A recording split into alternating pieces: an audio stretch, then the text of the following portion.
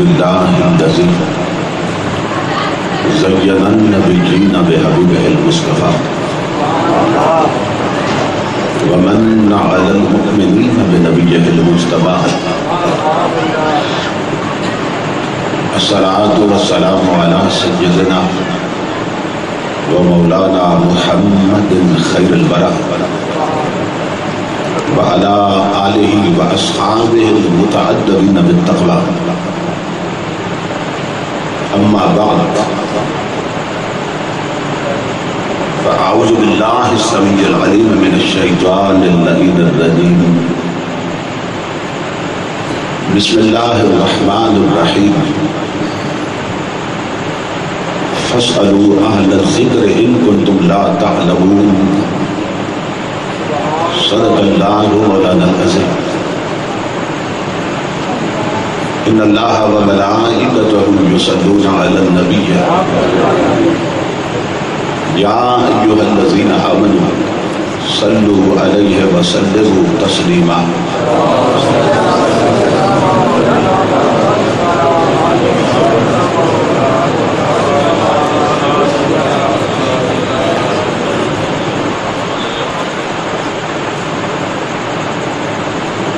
لائق صدر احترام محترم المقام مبلغ اسلام شیخ طریقت حضرت قبلہ ڈاکٹر محمد سرفراز محمد یوسفی صاحب دامت برکاتہ العالیہ،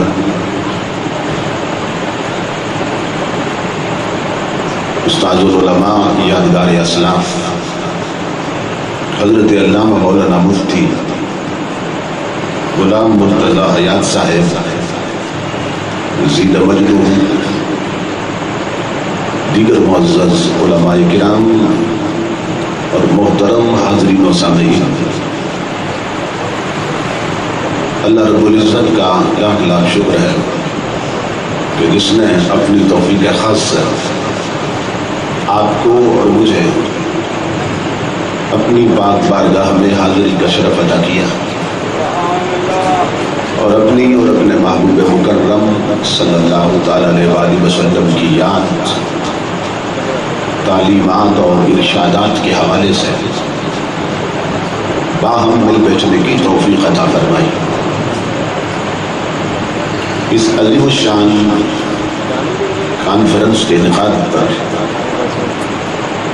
میں آپ تمام حضرات کی خدمت میں بالعموم اور برادر محترم محسن اہل سنت استاد العلماء حضرت علامہ قاری محمد اشرف چشتی صاحب اور ان کے جملہ رفقاء و عابدین کی خدمت میں بالخصوص دل کی اچھا گہرائیوں سے ہدیہ تبریک و تحسین پیش کرتا ہوں اور دعا کرتا ہوں کہ اللہ پاک ہم سب کی حاضری کو اپنی بارگاہ میں قبول و منظور فرمائے اور ہماری علمی، فکری اور عملی تربیت کے اعتبار سے آج کی مجلس کو نتیجہ خیز اور بامقصد بنائے۔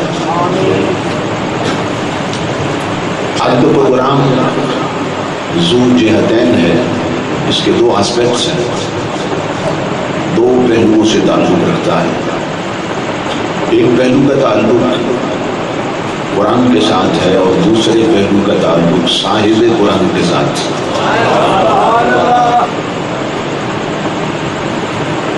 یہ اچھی طرح سمجھ لیجیے کہ جب تک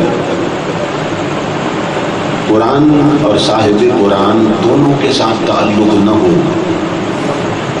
اس وقت تک ایمان کامل نصیب نہیں ہوتا۔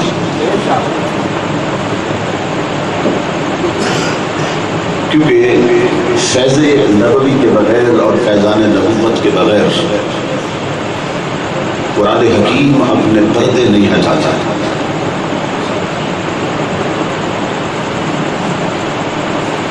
حضور صلی اللہ علیہ وسلم کی عظمتوں کو سمجھنے کے لیے قرآن حکیم کی ضرورت ہے اور قرآن حکیم کے حقائق کو سمجھنے کے لیے حضور کی ضرورت ہے۔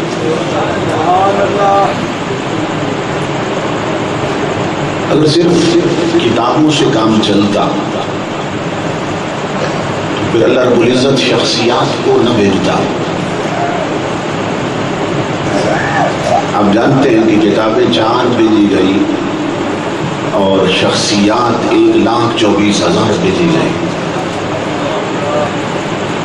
کہ صرف کتاب سے کام نہیں چلتا جب تک اسے سمجھانے کے لیے کوئی عملی پیکر موجود نہ ہو.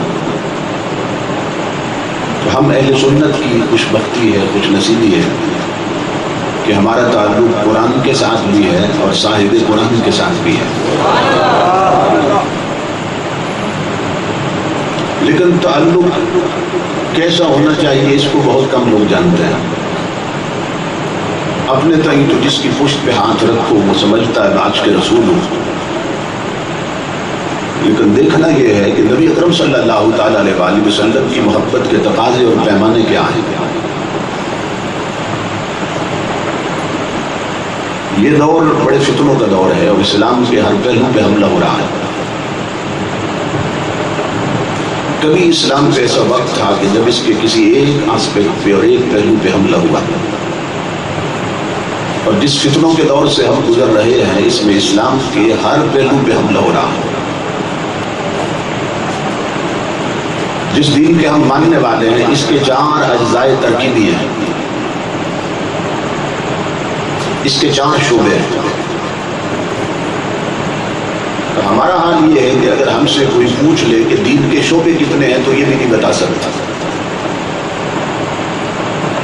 یعنی دین اتنا بھی نہیں سمجھا کہ ہمارا دین جو ہے اس کے شعبے کتنے ہیں. تو یہ یاد رکھیے کہ پہلا شعبہ عقائد کا ہے، دوسرا شعبہ عبادات کا ہے، تیسرا شعبہ معاملات کا ہے اور چوتھا شعبہ اخلاقیات کا ہے. ان چاروں کو ملائیں تو دین محمدی کی تصویر مکمل ہو جاتی ہے. اس دور میں عقائد پہ بھی حملہ ہو رہا ہے، عقائد بگاڑے جا رہے ہیں، عبادات سے غافل کیا جا رہا ہے، معاملات بگاڑ کا شکار ہے اور اخلاقیات تو تباہ ہو چکی ہیں. ہم گر چکے ہیں، پھر اٹھنا چاہتے ہیں تو گرے ہوئے لوگ کسی سہارے سے اٹھتے ہیں اور وہ سہارا کیا ہے؟ وہ ہے اللہ کا قرآن. کہ گری ہوئی قومیں اسی سہارے سے پھر اٹھ کھڑی ہوتی ہیں. نبی اکرم صلی اللہ تعالیٰ علیہ وآلہ وسلم نے فرمایا ان اللہ یرفع بہذا الکتاب اقواما ویدع بآخرین. کہ یہ کتاب ہے قرآن، اسی کے سہارے گری ہوئی قوموں کو اللہ پھر اٹھا دیتا ہے، اسی کے سہارے قومیں بلند ہوتی ہیں. کس کے سہارے؟ قرآن کے سہارے. اور اسے ہم نے جس کے سہارے اٹھنا تھا اسے الماریوں میں بند کر کے رکھ چھوڑا ہے. اس سے تعلق نہیں رہا کہ جس کے سہارے گرے ہوئے اٹھتے ہیں، کہ جس کے سہارے ذلیل معزز بنتے ہیں، کہ جس کے سہارے غلام پھر امام بنتے ہیں. اس کو ہم نے رکھ چھوڑا ہے الماریوں میں بند کر کے. یاد کب آتا ہے؟ جب کسی کی روح نہ نکل رہی ہو. یاد کب آتا ہے؟ جب قسم کھانی ہو. یاد کب آتا ہے؟ جب کوئی مر جائے اس کا ختم کرانا. تو یہ آب حیات ہے جو حضور عطا کر کے گئے. امام الانبیاء کے غلام جس امت کے نبی پر اترنے والی پہلی وحی، اس کا پہلا لفظ ہی اقرا، پڑھیے.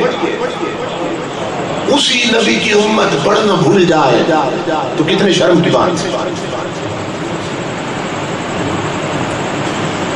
آج بڑی بڑی ڈگریاں ہیں دنیا کے لوگوں کے پاس.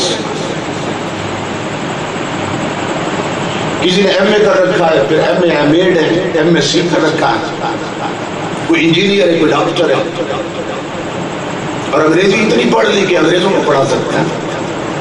اور قرآن اتنا بھی نہ سیکھا کہ باپ مر جائے تو سگا بیٹا خود اس کا ختم کر سکے. گھروں میں بیٹیاں ہیں بڑی بڑی ڈگریاں لے رکھی ہیں، ایم ایس سی کی ڈگریاں، ایم ایڈ کی ڈگریاں، کالجوں میں پڑھاتی ہیں، اسکولوں میں پڑھاتی ہیں، اور برادری کے لوگ کہتے ہیں فلاں کی بیٹی بہت پڑھ گئی. کیا پڑھا اس نے؟ جتنا پڑھتی گئی اتنا بے حیا ہوتی گئی. یہ ہماری تعلیم ہے کہ بچی پرائمری اسکول میں ہے تو سر پہ دوپٹہ بھی ہے، بچی ہائی اسکول میں گئی تو سر سے دوپٹہ گیا. توجہ طلبات، بچی کالج میں گئی تو آدھے کپڑے بھی گئے. بچی یونیورسٹی میں گئی تو آپ کے ہاتھ سے بچی بھی گئی. تعلیم بڑھ رہی ہے، تعلیم بڑھ رہی ہے، بے حیائی بڑھ رہی ہے. تعلیم بڑھ رہی ہے، بے غیرتی بڑھ رہی ہے. تعلیم بڑھ رہی ہے، بچی کے فیشن بڑھ رہے ہیں. تعلیم بڑھ رہی ہے، بچی کی شوخیاں بڑھ رہی ہیں.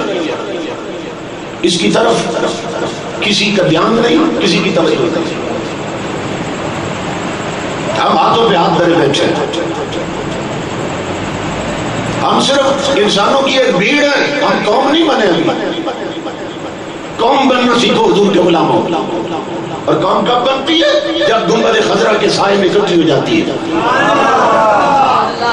جب اس کے تن سے من تک تاجدار کائنات شریعت کا رنگ چڑھتا ہے. سیدنا غوث اعظم رضی اللہ تعالیٰ عنہ آپ فرماتے ہیں محب کون ہوتا ہے؟ حضور کا محب. محبت کرنے والا کون ہے؟ آپ فرماتے ہیں المحب لا یملک شیئا یسلم الکل الی محبوبہ. فرمایا جو محب ہے نا وہ خود کسی شے کا مالک ہی نہیں رہتا، اس کی ہر شے کے مالک حضور ہوتے ہیں. اس کا کیا مطلب؟ ہر شے کے مالک حضور ہوتے ہیں. کیا مطلب؟ کہ تن اس کا ہے، راج رسول کا ہوتا ہے. گھر اس کا ہے، اس میں شریعت رسول کی ہوتی ہے.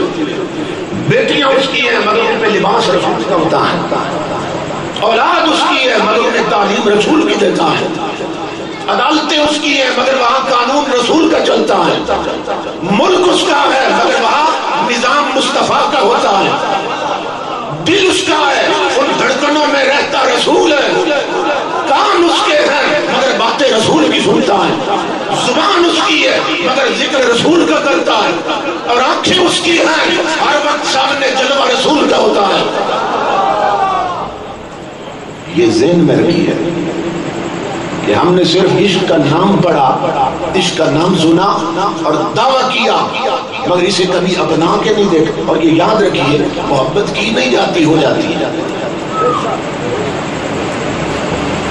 امام الانبیاء کے غلاموں ہیں حضور کے غلام، اور گھروں میں انڈیا کی فلمیں چل رہی ہیں.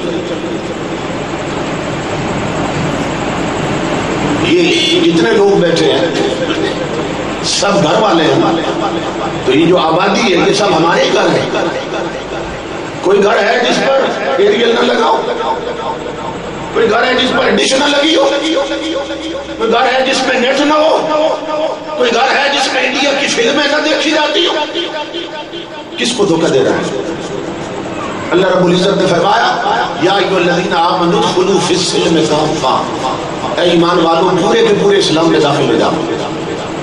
یعنی آدھے تیتر اور آدھے بٹیر بن کے نہ رہو. کیا مطلب؟ پورے کے پورے اسلام میں داخل ہو جاؤ. اور ہمارا حال کیا ہے کہ ادھر جلسہ ہوا ممبر کے سامنے بیٹھ کے تقریر بھی سن لی، اور ادھر گھر گئے نیٹ پہ بیٹھ کے انڈیا کی فلم بھی تقریر. یہ بھی چل رہا ہے، وہ بھی چل رہا ہے. ہماری کاروں میں قاری عبد الباسط کی کیسٹیں بھی ہیں، انڈیا کے گانوں کی سیڈیز بھی ہیں. ہمارے گھروں کی الماریوں میں قرآن بھی رکھا ہے، اور مطالعہ کی میز پر فلمی میگزین بھی پڑے ہیں. وہ کیا ہے اور یہ کیا ہے؟ درزیوں کی دکانوں پہ چلے جاؤ، نائیوں کی دکانوں پہ چلے جاؤ، اوپر سورہ یاسین اور آیت الکرسی کے کیلنڈر اور سٹیکر لگے ہیں، اور نیچے کنجریوں کی تصویریں لگی ہیں. وہ کیا ہے اور یہ کیا ہے؟